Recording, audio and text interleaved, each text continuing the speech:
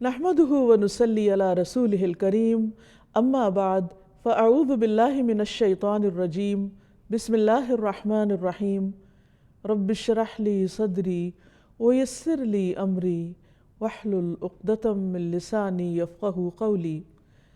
ناظرین، پروگرام اللہ کے خوبصورت نام کے ساتھ آپ کی خدمت میں حاضر ہے۔ آج ہم انشاءاللہ اللہ سبحانہ تعالیٰ کے نام السمیع پر بات کریں گے۔ السمیع کا معنی ہے سب کچھ سننے والا۔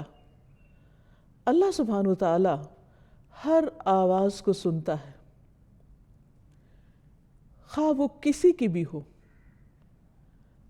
کسی انسان کی یا جن کی، کسی فرشتے کی یا کسی حیوان کی، کسی پرندے کی یا کسی بھی مخلوق کی، خواہ وہ پوشیدہ ہو، خواہ وہ ظاہر ہو، اونچی ہو یا آہستہ ہو، وہ کسی بھی زبان میں ہو، اللہ سبحانہ تعالیٰ اس کو سنتا ہے۔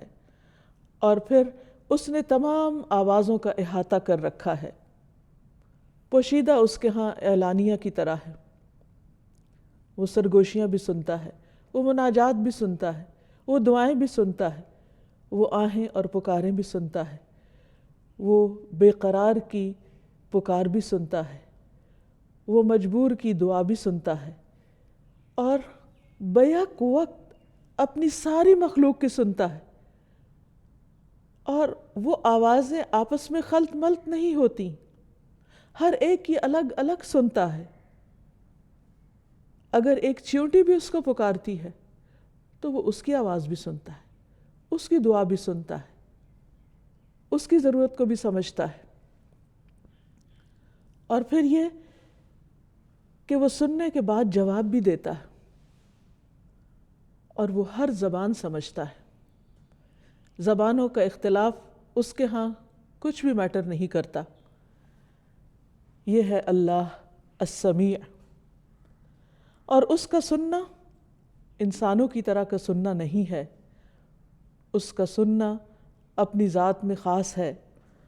اور پھر یہ بھی یاد رہے کہ نبی صلی اللہ علیہ وسلم نے جب اللہ سبحانہ تعالیٰ کی صفت سماعت کا ذکر کیا تو اپنے کان پر ہاتھ رکھا، جب صفت بصارت کا ذکر کیا تو آنکھ پر ہاتھ رکھا۔ اس کا مطلب یہ ہے کہ اللہ سبحانہ تعالیٰ کے کان بھی ہیں اور آنکھیں بھی۔ پھر یہ کہ اللہ سبحانہ تعالیٰ بندوں کی ساری باتیں سنتا ہے، خواہ وہ چپکے چپکے کرتے ہیں یا وہ اونچی آواز میں کرتے ہیں، خواہ وہ کہیں چھپ کر کوئی بات کرتے ہیں یا پبلکلی اعلانیہ طور پر کرتے ہیں، خواہ وہ کسی مائک میں بولتے ہیں یا بغیر مائک کے بات کرتے ہیں۔ قرآن مجید میں اللہ تعالیٰ فرماتے ہیں سواء منکم من اسر القول ومن جہر بہ ومن هو مستخف باللیل وسارب بالنہار۔ برابر ہے تم میں سے جو چھپا کر کرے اور جو اسے بلند آواز سے کرے، یعنی اللہ سبحانہ تعالیٰ کو اس سے کوئی فرق نہیں پڑتا کہ کوئی کس والیوم میں بات کرتا ہے، سامنے کرتا ہے یا چھپ کے کرتا ہے، اور جو رات کو بالکل چھپا ہوا ہے اور جو دن کو ظاہر ہے، پھرنے والا ہے، ہر ایک کی حرکات سے، ہر ایک کے خیالات سے، ہر ایک کی باتوں سے خوب واقف ہے۔ قرآن مجید سے ہمیں یہ بھی پتہ چلتا ہے کہ وہ سرگوشی کرنے والوں کی بھی سنتا ہے۔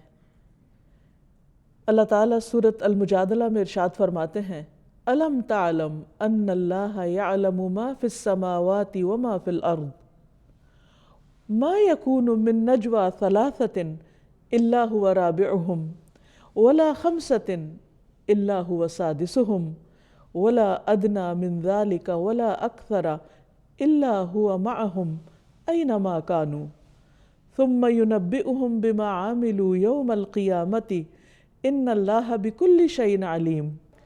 کیا تم نے نہیں دیکھا کہ بے شک اللہ جانتا ہے جو آسمانوں میں ہے اور جو زمین میں ہے، کوئی تین آدمیوں کی کوئی سرگوشی نہیں ہوتی مگر وہ ان کا چوتھا ہوتا ہے، یعنی ان سرگوشیوں کو سن رہا ہوتا ہے جو کسی چھوٹی سے چھوٹی مجلس میں لوگ بیٹھ کے کر رہے ہوتے ہیں، چپ کے دوسروں سے چھپا کے باتیں کر رہے ہوتے ہیں، اور نہ کوئی 5 آدمیوں کی مگر وہ ان کا چھٹا ہوتا ہے، اور نہ اس سے وہ کم ہوتے ہیں نہ زیادہ مگر وہ ان کے ساتھ ہوتا ہے، یعنی خواہ 2 ہوں یا پھر 5 سے کہیں زیادہ ہوں، وہ ہر ایک کی سن رہا ہوتا ہے، وہ جہاں بھی ہوں۔ پھر وہ انہیں قیامت کے دن بتائے گا جو کچھ انہوں نے کہا، جو کچھ انہوں نے کیا۔ یقیناً اللہ ہر چیز کو خوب جاننے والا ہے۔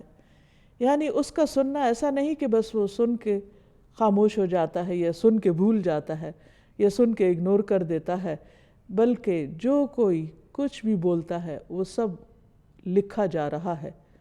اور خاص طور پر جن و انس کا یہ لکھا ہوا قیامت کے دن یا ان کے حق میں حجت بنے گا یا ان کے خلاف حجت بنے گا۔ اسی طرح وہ لوگ جو حق کے خلاف سازشیں کرتے ہیں یا پھر ایسی پلاٹنگ کرتے ہیں کہ جس سے حق کو نقصان پہنچانے کا ارادہ کرتے ہیں، تو اللہ سبحانہ وتعالیٰ ان کے بارے میں بھی فرماتے ہیں کہ ام یحسبون انا لا نسمع سرهم ونجواهم بلا ورسلنا لدیہم یکتبون، یا وہ گمان کرتے ہیں کہ بے شک ہم ان کا راز اور ان کی سرگوشی نہیں سنتے؟ یعنی جب وہ پیغمبر کے خلاف باتیں بنا رہے ہوتے ہیں یا چالیں چل رہے ہوتے ہیں یا پلاٹنگ کر رہے ہوتے ہیں تو کیا ہم سن نہیں رہے ہوتے؟ کیوں نہیں؟ اور ہمارے بھیجے ہوئے ان کے پاس لکھتے رہتے ہیں، یعنی ہم خود بھی سنتے ہیں اور اس کے ساتھ ساتھ ہم نے جو فرشتے مقرر کیے ہیں وہ بھی ان کی ساری باتوں کو لکھ رہے ہیں۔ اس لیے انسان کو چاہیے کہ جب بھی بولے سوچ کر بولے اور سچ بولے، اور وہ بات بولے جو اللہ سبحانہ تعالیٰ کو راضی کرنے والی ہو، اور ان تمام باتوں سے بچے جو اللہ سبحانہ تعالیٰ کو ناراض کرنے والی ہوں۔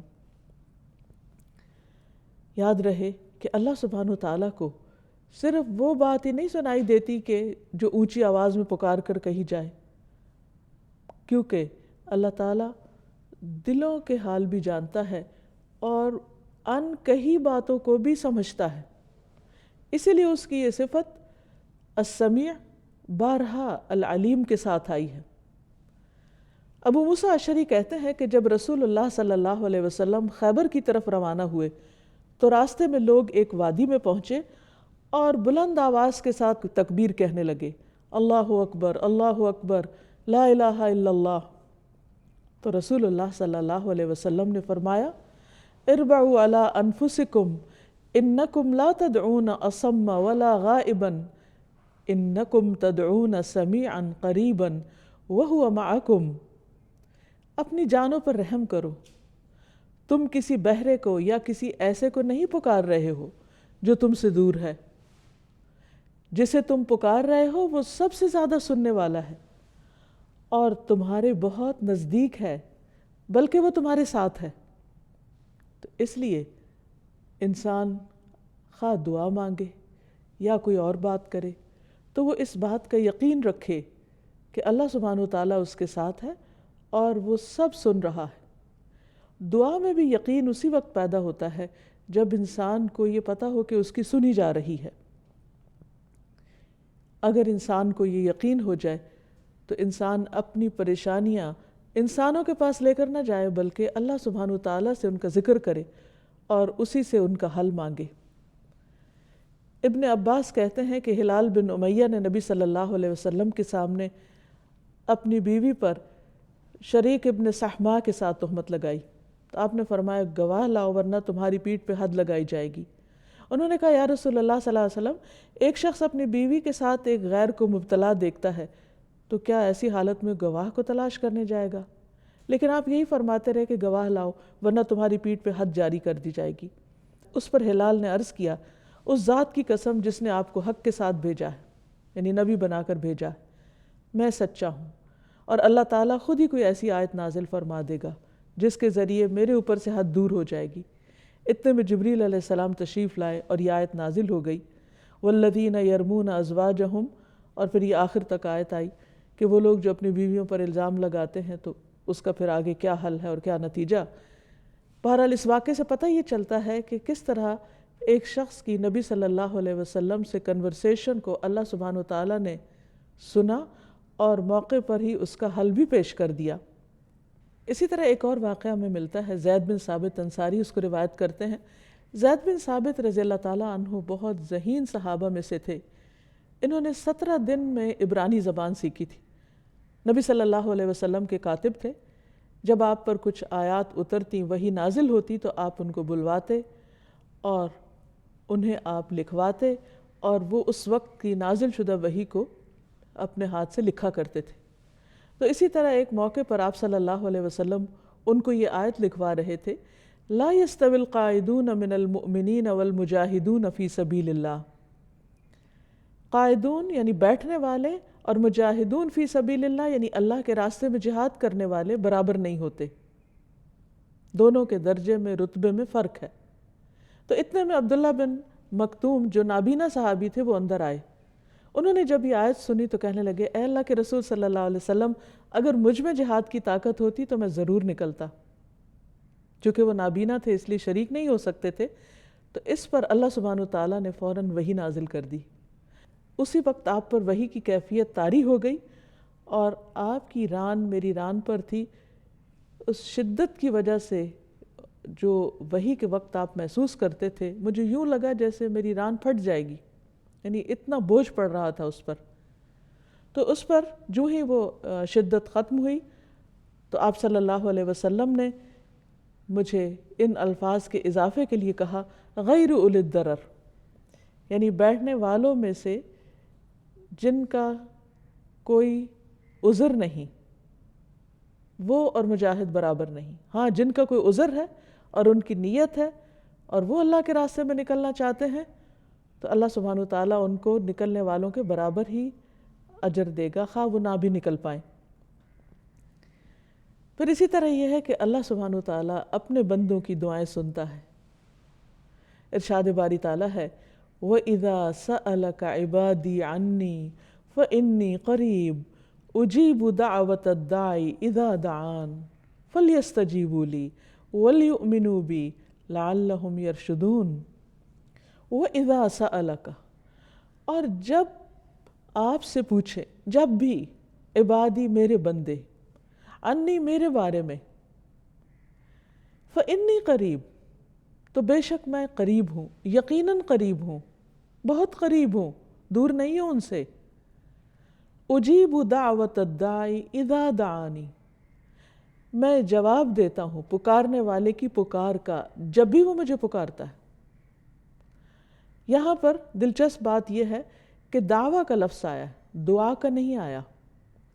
دعویٰ کا مطلب ہوتا ہے ایک دفعہ پکارنا، یعنی اگر وہ مجھے ون سنگل ٹائم بھی پکارتا ہے، کسی ایک بار بھی مجھے پکارتا ہے، تو میں اس کی پکار سنتا ہوں۔ اور الداعی کہا یعنی پکارنے والا، دعا کرنے والا۔ یہ نہیں کہا کہ جب متقی مجھے پکارتا ہے، یا بہت نیک شخص کوئی پکارتا ہے، یا مومن مجھے پکارتا ہے تو اس وقت میں اس کی پکار سنتا ہوں، بلکہ جو بھی مجھے پکارتا ہے اور جب بھی مجھے پکارتا ہے، میں اس کی پکار سنتا ہوں، اس کو جواب دیتا ہوں۔ اذا دعانی، جب، جہاں، جس وقت، جیسے بھی وہ مجھے پکارتا ہے۔ فَلْيَسْتَجِيبُوا لِي، چاہیے کہ وہ بھی میری بات مانیں، وہ بھی میری بات سنیں۔ وَلْيُؤْمِنُوا بِي، اور مجھ پر اعتماد رکھیں، مجھ پر ایمان لائیں۔ لَعَلَّهُمْ يَرْشُدُونَ، شاید کہ وہ ہدایت پا جائیں۔ یعنی یہ دعا ان کے لیے زندگی کو بدلنے کا ذریعہ بن جائے، سیدھے رستے پر چلنے کا۔ اب دیکھیے کہ سورۃ الفاتحہ میں ہر روز ہم ہر نماز کی ہر رکعت میں اللہ سبحانہ وتعالیٰ کو پکارتے ہیں، ایاک نعبد و ایاک نستعین، صرف تیری ہم عبادت کرتے ہیں اور صرف تجھ سے ہم مدد چاہتے ہیں، یعنی تجھ سے دعائیں کرتے ہیں۔ تو اللہ سبحانہ وتعالیٰ کا وعدہ ہے کہ میرا جو بندہ بھی مجھ سے جب بھی مانگے گا، خواہ وہ ایک بار مانگے، میں اس کی پکار سنوں گا اور میں اس کی پکار کا جواب دوں گا، اس کی دعا قبول کروں گا۔ ایک دفعہ نبی صلی اللہ علیہ وسلم نے جب صحابہ سے ذکر کیا تو انہوں نے کہا کہ پھر تو ہم اپنے رب سے بہت زیادہ مانگیں گے، یعنی اگر رب سنتا ہے تو پھر تو ہم بہت بہت دعائیں کریں گے۔ تو آپ نے فرمایا اللہ سبحانہ وتعالیٰ اس سے بھی زیادہ ہے، یعنی تم جتنا مانگ سکتے ہو وہ اس سے بھی کہیں زیادہ ہے دینے والا، سننے والا، جواب دینے والا۔ تو ایک انسان جس کو یہ یقین ہو کہ میرا رب ہر حال میں، دن کو، رات کو، جب ساری دنیا سو رہی ہو، جب کوئی سننے والا نہ ہو، جب کوئی پہنچنے والا نہ ہو، تو وہ اس کے قریب ہوتا ہے، وہ اس کی پکار سنتا ہے۔ تو پھر جسے یہ یقین ہوگا وہ ہر حال میں اپنے رب ہی کو پکارے گا، اور اس کو رب کا دامن چھوڑ کر، رب کا در چھوڑ کر کہیں اور جانے کی اور کسی اور کو کچھ بھی سنانے کی ضرورت نہیں رہتی۔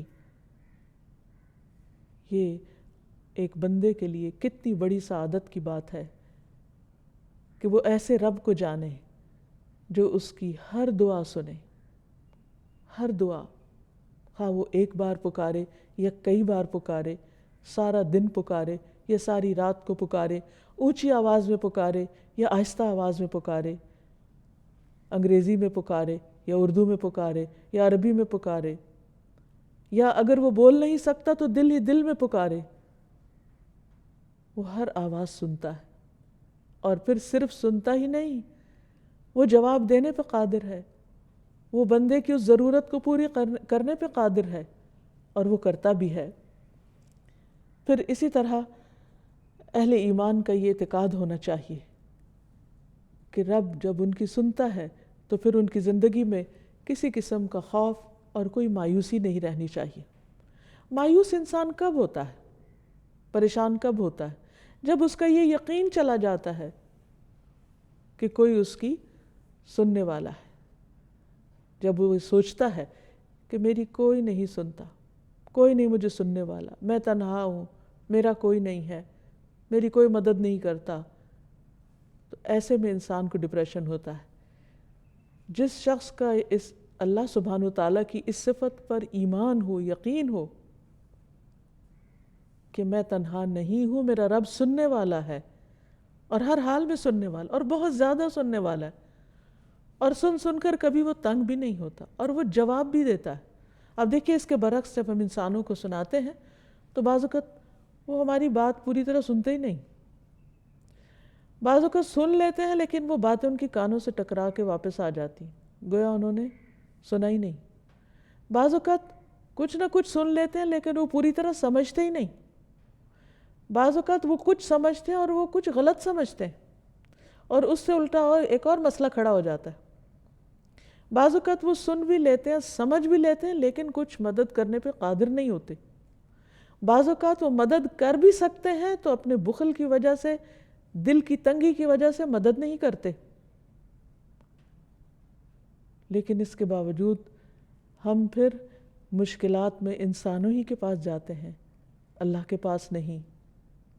اگر کوئی واقعی تہ دل سے اس کو پکارتا ہے تو اس کی بات بہت جلد قبول ہو جاتی ہے، خاص طور پر اگر کسی پر ظلم ہو رہا ہو تو اللہ سبحانہ وتعالیٰ اس کی پکار اپنے عرش پر سنتا ہے۔ مظلوم کی پکار، مظلوم کی دعا اور اللہ سبحانہ وتعالیٰ کے درمیان کوئی رکاوٹ نہیں ہوتی، خواہ وہ کوئی بھی انسان ہو، اس کی آہ فوراً عرش پہ پہنچتی ہے۔ لیکن اگر کوئی ایمان اور یقین کے ساتھ اس کو پکارے کہ ہاں میں اس کے پاس جا رہا ہوں، تو ایسا شخص نہ کسی سے ڈرے گا اور نہ ہی خوف کھائے گا اور نہ اس پر کوئی غم ہوگا، وہ کسی تنہائی اور پریشانی کا شکار نہ ہوگا، کیونکہ اس کا رب ہے جو سن رہا ہے، جو اس کے حال سے خوب واقف ہے۔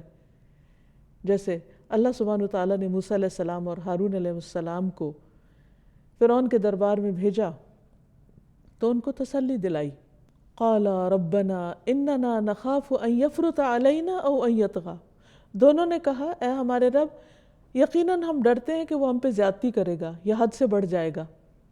تو اللہ تعالیٰ نے فرمایا قالا لا تخافا، مت ڈرو، اننی معکما، میں تمہارے ساتھ ہوں، اسمع و ارا، میں سن رہا ہوں، میں دیکھ رہا ہوں، وہ تمہارا کچھ نہیں بگاڑ سکے گا۔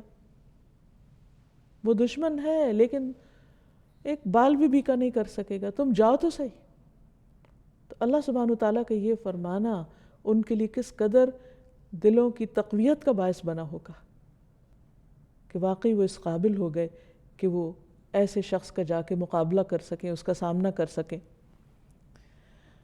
تو جب انسان کو اللہ سبحانہ وتعالیٰ کے اس نام پر یقین ہو جاتا ہے تو پھر وہ اپنے رب کو ہر حال میں پکارتا رہتا ہے۔ جیسے ابراہیم علیہ السلام، انہوں نے جب انہیں آگ میں پھینکا جا رہا تھا تو اپنے رب ہی کو پکارا، حسبی اللہ و نعم الوکیل، اور اللہ سبحانہ وتعالیٰ نے ان کی دعا فوراً سنی۔ یونس علیہ السلام نے اپنے رب ہی کو پکارا تھا، رب نے ان کی دعا فوراً سنی۔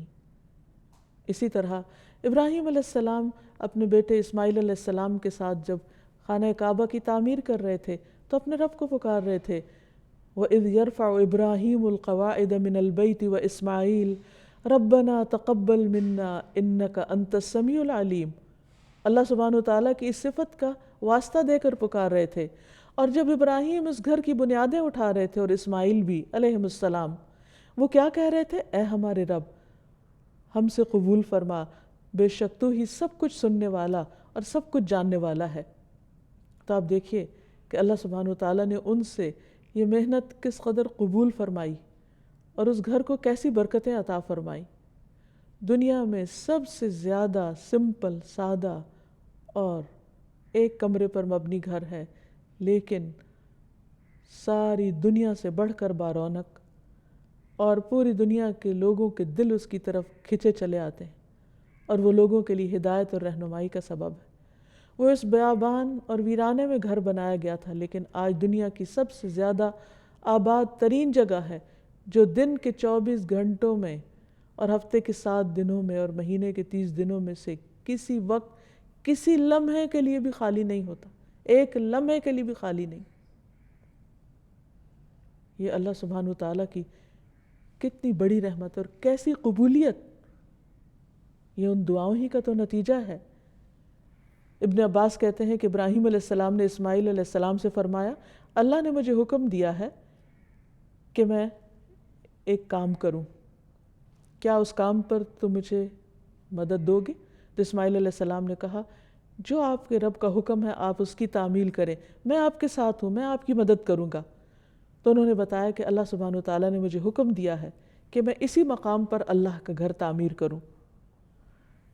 اب اس پر ابراہیم علیہ السلام اس پتھر پر کھڑے ہو کر تعمیر کرنے لگے، اور اسماعیل علیہ السلام پتھر دیتے چلے جاتے، یعنی مزید وہ اینٹیں پکڑاتے جا رہے تھے، اور دونوں ہی یہ دعا پڑھ رہے تھے، یعنی کام بھی کر رہے تھے اور دعا بھی مانگ رہے تھے، ربنا تقبل منا، اللہ ہم سے یہ خدمت قبول کر لے، انک انت السمیع العلیم، کیونکہ تو سننے والا ہے، جاننے والا ہے، تو دیکھ رہا ہے کہ ہم کیا کر رہے ہیں، کیوں کر رہے ہیں، ہمارے صرف ظاہر نہیں دلوں کے حال کو بھی جانتا ہے۔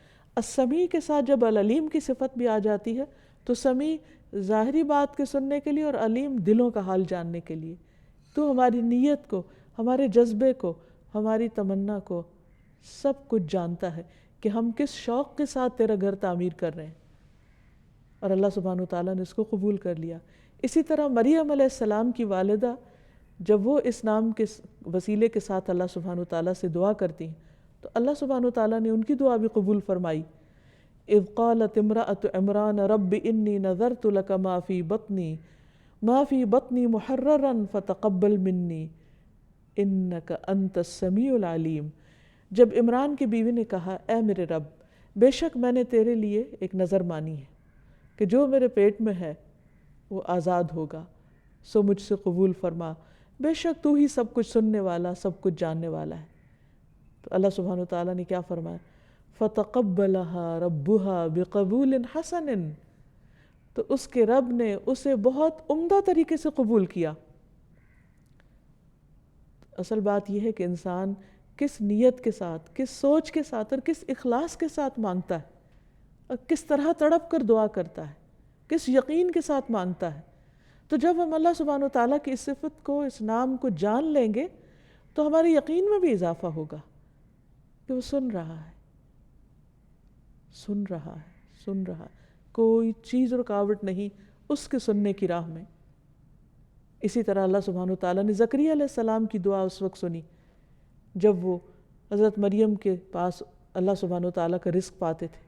ہنالک دعا زکریا ربہ قال رب هب لي من لدنك ذرية طيبة انك سمیع الدعاء۔ وہی زکریا نے اپنے رب سے دعا کی، اے میرے رب مجھے اپنے پاس سے ایک پاکیزہ اولاد عطا فرما، کیونکہ بلا شبہ تو دعا کا سننے والا ہے۔ تو آپ دیکھیے کہ ان سب نے اپنے رب کی اس صفت کو واسطہ بنایا کہ اللہ چونکہ تو سنتا ہے تو میری بھی سن، اور اللہ سبحانہ تعالیٰ نے ان کی سنی۔ پھر اسی طرح نبی صلی اللہ علیہ وسلم نے جنگ خندق کے موقع پر جب وہ خندق کھودی جا رہی تھی اور ایک بہت بڑا پتھر آ گیا جو صحابہ کرام سے ٹوٹ نہیں رہا تھا، تو نبی صلی اللہ علیہ وسلم نے جب دعا کی اللہ تعالیٰ سے تو اس میں بھی انہی صفات کا ذکر کیا، السمیع العلیم، اور یہ کہہ کر آپ نے جب پتھر پر وہ اوزار مارا تو پتھر سے ایک زبردست قسم کی روشنی نکلی اور اللہ سبحانہ تعالیٰ نے آپ کی دعا سن لی اور 3 ضربیں آپ نے لگائیں اور وہ پتھر ٹوٹ گیا۔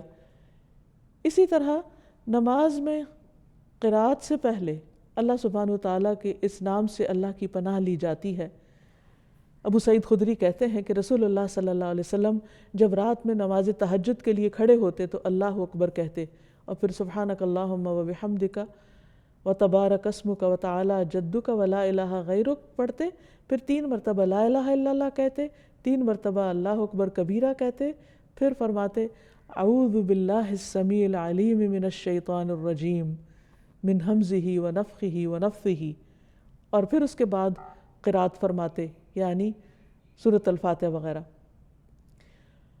تو اس سے ہی کیا پتہ چلتا ہے کہ رسول اللہ صلی اللہ علیہ وسلم جب اعوذ باللہ پڑھتے تو صرف اعوذ باللہ نہیں بلکہ اللہ سبحانہ تعالیٰ کی ان صفات کا بھی ذکر کرتے، اعوذ باللہ السمیع العلیم، کیونکہ اللہ سبحانہ تعالیٰ نماز کے عالم میں بھی جو کچھ ہم پڑھتے ہیں اس کو سن رہا ہوتا ہے، بلکہ جب ہم رکوع کے بعد سر اٹھاتے ہیں اور کہتے ہیں سمع اللہ لمن حمدہ، تو اس کا مطلب کیا ہے؟ اللہ نے سن لی اس بندے کی پکار جس نے اپنے رب کی تعریف کی، یعنی ہم اللہ سبحانہ تعالیٰ کی تعریف کریں، اس کا ذکر کریں، اس کی تسبیح کریں، اس کی وحدانیت کا اقرار کریں یا اس کی حمد و ثنا کریں، کچھ بھی کہیں وہ سب کچھ سن رہا ہوتا ہے۔ اس لیے زبان سے کوئی بھی جو کلمہ اس کی تعریف اور تسبیح یا حمد و ثنا کا ہو، اس کو بولتے وقت یہ سوچنا چاہیے کہ اس وقت میری زبان سے نکل رہا ہے اور میرا رب اس کو سن رہا ہے اور اس کو قبول کرے گا، کیونکہ جتنے یقین کے ساتھ ہم یہ مانگیں گے یا بولیں گے اتنے ہی یقین کے ساتھ ہمیں انشاءاللہ دعا کی قبولیت کے بارے میں تسلی ہوگی۔ پھر اسی طرح اس صفت کے ساتھ جب انسان صبح و شام دعا کرتا ہے تو اللہ کے نام کے ساتھ کوئی چیز انسان کو نقصان نہیں دیتی۔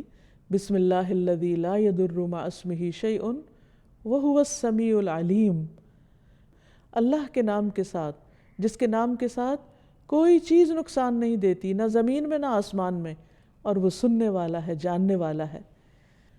پھر اسی طرح ہمیں یہ بھی سکھایا گیا ہے کہ ہم ان دعاؤں سے پناہ مانگیں اللہ سبحانہ تعالیٰ کی جو سنی نہیں جاتی، اور وہ کب ہوتا ہے؟ یعنی اللہ تعالیٰ تو سنتا ہے لیکن سننے کا معنی یہاں قبولیت ہے، یعنی قبول نہیں ہوتی۔ رسول اللہ صلی اللہ علیہ وسلم یہ دعا مانگا کرتے تھے، اللہم انی اعوذ بک من علم لا ینفع ومن قلب لا یخشع ومن نفس لا تشبع ومن دعاء لا یسمع۔ اے اللہ میں 4 چیزوں سے تیری پناہ چاہتا ہوں، ایسا علم جو فائدہ نہ دے، ایسا دل جس میں خشوع نہ ہو، ایسا نفس جو کبھی سیر نہ ہو، اور ایسی دعا جو سنی نہ جائے۔ تو اب سوال یہ پیدا ہوتا ہے کہ اللہ سبحانہ تعالیٰ تو سب کچھ سنتا ہے لیکن وہ کیسی دعا ہوتی ہے جو سنی نہیں جاتی؟ عبد الرحمن بن یزید کہتے ہیں کہ علقمہ مجھے ملے اور مجھ سے کہا کہ کیا تم نہیں دیکھتے کہ ربی کیا کہتے ہیں؟ ربی کہتے ہیں کیا تم نہیں دیکھتے کہ لوگ کتنی زیادہ دعائیں کرتے ہیں اور کتنی کم قبول ہوتی ہیں؟ یہ اس لیے ہوتا ہے کہ اللہ چھپی ہوئی دعا کے سوا اور کوئی دعا قبول نہیں کرتا۔ میں نے کہا کہ یہی بات عبداللہ رضی اللہ عنہ نے بھی کہی تھی کہ اللہ تعالیٰ کسی شہرت پسند اور ریاکار یا کھیل سے دعا کرنے والی کی دعا قبول نہیں کرتا۔ یعنی اللہ تعالیٰ ایسی دعا قبول نہیں کرتا کہ جو انسان صرف دوسروں کو سنانے کے لیے کر رہا ہو، یا لوگوں کو یہ بتانے کے لیے کہ وہ بہت اچھی دعا کرنا جانتا ہے یا بہت دعائیں کرتا ہے، یا صرف لوگوں کے سامنے مانگتا ہے، اور حقیقت میں اللہ سبحانہ تعالیٰ کو سنانا مقصود نہیں ہوتا۔ وہ صرف اس دعا کرنے والے کی وہ دعا قبول فرماتا ہے جو اس کے قلب کے اندرونی حصے سے نکلتی ہے، یعنی پورے یقین کے ساتھ نکلتی، اور یہ یقین لانے کے لیے اللہ کی صفت السمیع کا ہونا، علم میں ہونا اور اس کو سمجھنا اور اس پر غور و فکر کرنا اور اس کا احساس رکھ کے مانگنا بہت ضروری ہے۔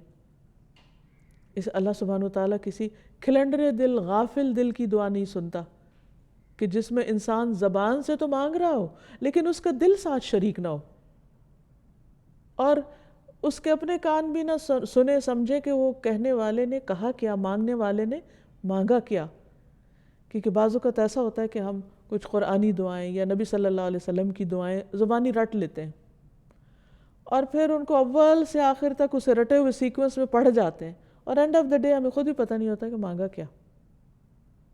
اور بعض اوقات نماز میں ہی کیفیت ہوتی ہے، نماز میں کئی ایک دعائیں، مثلا آپ دیکھیے کہ جب ہم تشہد میں بیٹھ جاتے ہیں تو اس کے بعد درود شریف پڑھتے ہیں، دعائیں مانگتے ہیں، لیکن کئی بار ایسا ہوتا ہے کہ وہ سب کچھ پڑھنے کے بعد سوچ آتی کہ اچھا کیا کہا۔ تو ایسی دعائیں صرف زبان کی گردان ہوتی ہیں، دل سے نہیں نکلتی، پورے شعور کے ساتھ نہیں مانگی جاتی، تو پھر شکوہ کس بات کا کہ وہ قبول نہیں ہوئی۔ تو اب یہ ہے کہ جب بندے کو یہ یقین ہو جائے کہ اللہ سبحانہ وتعالیٰ سنتا ہے اور ہر بات سنتا ہے، تو پھر اس کو ہر بات اللہ سبحانہ وتعالیٰ کے سامنے ہی رکھنی چاہیے اور اسی سے ڈرتے ہوئے انسان کو بولنا چاہیے۔ اللہ سبحانہ وتعالیٰ کی اس صفت اور اس نام کو جاننے کا مطلب یہ ہے کہ انسان اس بات پر یقین رکھے کہ اللہ سبحانہ وتعالیٰ سنتا ہے اور وہ عرش کے اوپر سے بھی سنتا ہے۔ حضرت عائشہ کہتی ہیں کہ سب تعریفیں اللہ کے لیے ہیں جو تمام آوازوں کو سنتا ہے۔ ایک تکرار کرنے والی خاتون نبی صلی اللہ علیہ وسلم کی خدمت میں حاضر ہوئی۔ میں کمرے کے ایک کونے میں بیٹھی ہوئی تھی۔ وہ نبی صلی اللہ علیہ وسلم سے اپنے خاوند کی شکایت کر رہی تھی۔ مجھے اس کی بات سنائی نہیں دے رہی تھی، اور اللہ تعالیٰ نے یہ آیت نازل فرما دی، قد سمع اللہ قول التی تجادلک فی زوجہا وتشتکی الی اللہ واللہ یسمع تحاورکما۔ اللہ نے اس عورت کی بات سن لی، ایک عورت کی بات جو ایک مجبور تھی، بے قرار تھی، جو اپنے شوہر کی شکایت لے کر رسول اللہ صلی اللہ علیہ وسلم کے پاس آئی تھی، جو اپنا مسئلہ بار بار بیان کر رہی تھی اور اس مسئلے کا حل چاہتی تھی، لیکن نبی صلی اللہ علیہ وسلم کے پاس حل نہیں تھا۔ اللہ سبحانہ وتعالیٰ نے ساتوں آسمانوں کے اوپر سے عرش عظیم پر اس کی پکار سن لی اور اس کو جواب دیا اور فرمایا، اللہ نے سن لی اس عورت کی بات جو تجھ سے اپنے شوہر کے بارے میں جھگڑ رہی تھی اور اللہ سے شکوہ کر رہی تھی، اور اللہ تم دونوں کی گفتگو کو سن رہا تھا، واللہ یسمع تحاورکما۔ اللہ سبحانہ وتعالیٰ سب کچھ سننے والا ہے، لہٰذا ہمیں اس پر پورا یقین ہونا چاہیے کہ خلوت اور جلوت میں اللہ سبحانہ وتعالیٰ ہر ایک کی سنتا ہے۔ پھر یہ کہ ہمارے کان اللہ کی دی ہوئی ایک نعمت ہے۔ دوسری چیز یہ کہ ہمیں اپنے کانوں کی نعمت کا صحیح طور پر شکر ادا کرتے ہوئے ان کا صحیح استعمال کرنا چاہیے۔ سماعت کی نعمت کوئی معمولی نعمت نہیں ہے۔ اللہ تعالیٰ اس کا ذکر قرآن مجید میں فرماتے ہیں، وَاللَّهُ أَخْرَجَكُم مِّن بُطُونِ أُمَّهَاتِكُمْ لَا تَعْلَمُونَ شَيْئًا وَجَعَلَ لَكُمُ السَّمْعَ وَالْأَبْصَارَ وَالْأَفْئِدَةَ لَعَلَّكُمْ تَشْكُرُونَ۔ اور اللہ نے تمہیں تمہاری ماؤں کے پیٹوں سے اس حال میں نکالا کہ تم کچھ نہ جانتے تھے۔ اس نے تمہارے لیے کان اور آنکھیں اور دل بنا دیے تاکہ تم شکر ادا کرو۔ اس لیے اس نعمت کا شکر واجب ہے۔ فرمایا، وَهُوَ الَّذِي أَنشَأَ لَكُمُ السَّمْعَ وَالْأَبْصَارَ وَالْأَفْئِدَةَ قَلِيلًا مَا تَشْكُرُونَ۔ وہی ہے جس نے تمہارے لیے کان اور آنکھیں اور دل بنائے، مگر تم کتنا کم شکر ادا کرتے ہو۔ یعنی اس نعمت کا احساس بھی نہیں کرتے اور اس کا حق ادا نہیں کرتے۔ تو سب سے پہلے اس کا حق ادا کرنے کے لیے ہمیں کیا کرنا ہوگا؟ نمبر 1 کہ اللہ سبحانہ وتعالیٰ کی بات کو توجہ کے ساتھ سنا جائے اور سن کر اس پر ایمان لایا جائے اور اس کے مطابق عمل کیا جائے۔ پھر یہ کہ ان کانوں سے وہی سنا جائے جو اللہ سبحانہ وتعالیٰ کو پسند ہے۔ شکر ادا کرنے میں سب سے پہلی چیز تو یہ آتی ہے کہ انسان اللہ سبحانہ تعالیٰ کی بات کو توجہ سے سنے اور پھر جو کچھ اس میں کہا گیا ہے اس پر عمل بھی کرے. ان باتوں کو زیادہ شوق سے سنے جو اللہ سبحانہ تعالیٰ کو سننا پسند ہے. مثلاً ایک حدیث میں آتا ہے کہ سب سے زیادہ جس آواز کو اللہ تعالیٰ پسند کرتے ہیں وہ نبی کی وہ آواز ہے جس میں وہ قرآن کو خوبصورتی کے ساتھ پڑھتا ہے. تو ہمیں بھی قرآن مجید کی تلاوت سننے کا شوق ہونا چاہیے. پھر اسی طرح ان کانوں کو ان چیزوں کے سننے سے بچانا چاہیے کہ جو اللہ تعالیٰ کو سننا پسند نہیں. مثلاً غیبت سننا قرآن مجید میں خاص طور پر اس سے منع کیا گیا. یا ایھا الذین آمنوا اجتنبوا کثیرا من الظن ان بعض الظن اثم ولا تجسسوا ولا یغتب بعضکم بعضا ایحب احدکم ان یأکل لحم اخیہ میتا فکرہتموہ واتقوا اللہ ان اللہ تواب الرحیم. اے لوگو جو ایمان لائے ہو بہت گمان کرنے سے پرہیز کرو. بعض گمان گناہ ہیں. اور جاسوسی نہ کرو اور تم میں سے کوئی کسی دوسرے کی غیبت نہ کرے. کیا تم میں سے کوئی یہ پسند کرتا ہے اپنے مردہ بھائی کا گوشت کھائے؟ سو تم اسے ناپسند کرتے ہو. اور اللہ سے ڈرو یقیناً اللہ بہت توبہ قبول کرنے والا مہربان ہے. اسی طرح اللہ سبحانہ تعالیٰ کی نافرمانی کی باتیں نہیں سننی چاہیے. لغو باتیں سننے سے پرہیز کرنا چاہیے. کان لگا کر دوسروں کی باتیں نہیں سننی چاہیے یعنی تجسس نہیں کرنا چاہیے. اسی طرح حرام گفتگو سے بچنا چاہیے کیونکہ کانوں کے زنا سے بچنا ضروری ہے. نبی صلی اللہ علیہ وسلم نے فرمایا الاذنان زناہم الاستماع. کانوں کا زنا فحش بات سننا ہے کیونکہ کانوں کے بارے میں قیامت کے دن سوال ہوگا. پھر اسی طرح یہ ہے کہ جو سننے کی بات ہے جس پر اللہ سبحانہ تعالیٰ نے خاص طور پہ فرمایا یا ایھا الذین آمنوا اے لوگو جو ایمان لائے ہو. تو جب ہمارا ایمان ہو تو پھر ہم کیا کریں؟ پوری توجہ سے اللہ تعالیٰ کی بات سنیں. سنی انسنی نہ کر دیں. پھر اسی طرح قرآن مجید کو سنتے وقت خاموشی اختیار کریں. پھر سن کر دل پر اثر بھی قبول کریں. سن کر منہ نہ موڑیں. سننے کے بعد ایمان لے آئیں. اور ایمان لانے کا مطلب کیا ہے کہ اس پر عمل کریں. نبی صلی اللہ علیہ وسلم نے فرمایا جو شخص آذان سن کر نماز کے لیے مسجد میں نہیں آتا اس کی نماز نہیں سوائے کسی عذر کی صورت کے. ابن ام مکتوم نے ایک دفعہ نبی صلی اللہ علیہ وسلم سے اپنے عذر کا ذکر کیا کہ میں اب بوڑھا ہو گیا ہوں اور میرا گھر دور ہے, مجھے کوئی مسجد میں لانے والا نہیں, تو کیا میں جماعت کے بغیر گھر میں ہی نماز پڑھ لوں؟ تو آپ نے فرمایا کیا تم آذان سنتے ہو؟ یعنی اگر تم سنتے ہو تو پھر میں تمہارے لیے کوئی رخصت نہیں پاتا. پھر اسی طرح ہدایت کی بات سن کر دل پر بوجھ محسوس نہیں ہونا چاہیے, اسے شوق سے سننا چاہیے. پھر سن کر بھی نہ سننا ان لوگوں کی صفت ہے جو اللہ سبحانہ تعالیٰ کے ناپسندیدہ ہیں کہ جن کے سننے میں کوئی سنجیدگی نہیں ہوتی. پھر یہ کہ بات سن کر اس کو مروڑ نہیں دینا چاہیے, اصل سے پھیر نہیں دینا چاہیے. پھر اسی طرح یہ کہ سن کر تکبر نہیں کرنا چاہیے, سن کے مذاق نہیں اڑانا چاہیے, خصوصاً اللہ سبحانہ تعالیٰ کی باتوں کو. پھر اسی طرح ایک کان سے سن کر دوسرے کان سے نکال نہیں دینا چاہیے. پھر ایسا کوئی کام نہیں کرنا چاہیے کہ دوسرے لوگ خیر اور بھلائی کی بات سننے سے محروم ہوں. حق کی بات خود بھی توجہ سے سنیں اور دوسروں کو بھی سننے کا موقع دیں, کیونکہ قیامت کے دن جہنم والے اس بات پر پچھتائیں گے کہ انہوں نے دنیا میں حق کی بات سنی کیوں نہ. وَقَالُوا لَوْ كُنَّا نَسْمَعُ أَوْ نَعْقِلُ مَا كُنَّا فِي أَصْحَابِ السَّعِيرِ فَاعْتَرَفُوا بِذَنبِهِمْ فَسُحْقًا لِأَصْحَابِ السَّعِيرِ. وہ کہیں گے کاش ہم سنتے ہوتے, کاش ہم اچھی بات سن لیتے یا سمجھ لیتے تو بھڑکتی ہوئی آگ والوں میں شامل نہ ہوتے. تو وہ اپنے اس قصور کا اعتراف کر لیں گے. سو دوری ہے بھڑکتی ہوئی آگ والوں کے لیے, یعنی قیامت کے دن انسان کو بہت بڑا پچھتاوا لاحق ہوگا اپنے ان کانوں کو صحیح طریقے پر استعمال نہ کرنے کا اور حق بات کو سننے کی زحمت گوارا نہ کرنے کا, کہ ہم اسے سننا بھی نہیں چاہتے.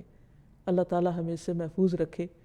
اللہ تعالیٰ سے دعا ہے کہ وہ ہمارے اندر اپنی اس صفت کا یقین پیدا کر دے، تاکہ ہم جب اس کو پکاریں تو پورے ذوق و شوق کے ساتھ، پورے یقین کے ساتھ، تاکہ ہماری دعائیں قبولیت کا درجہ پائیں۔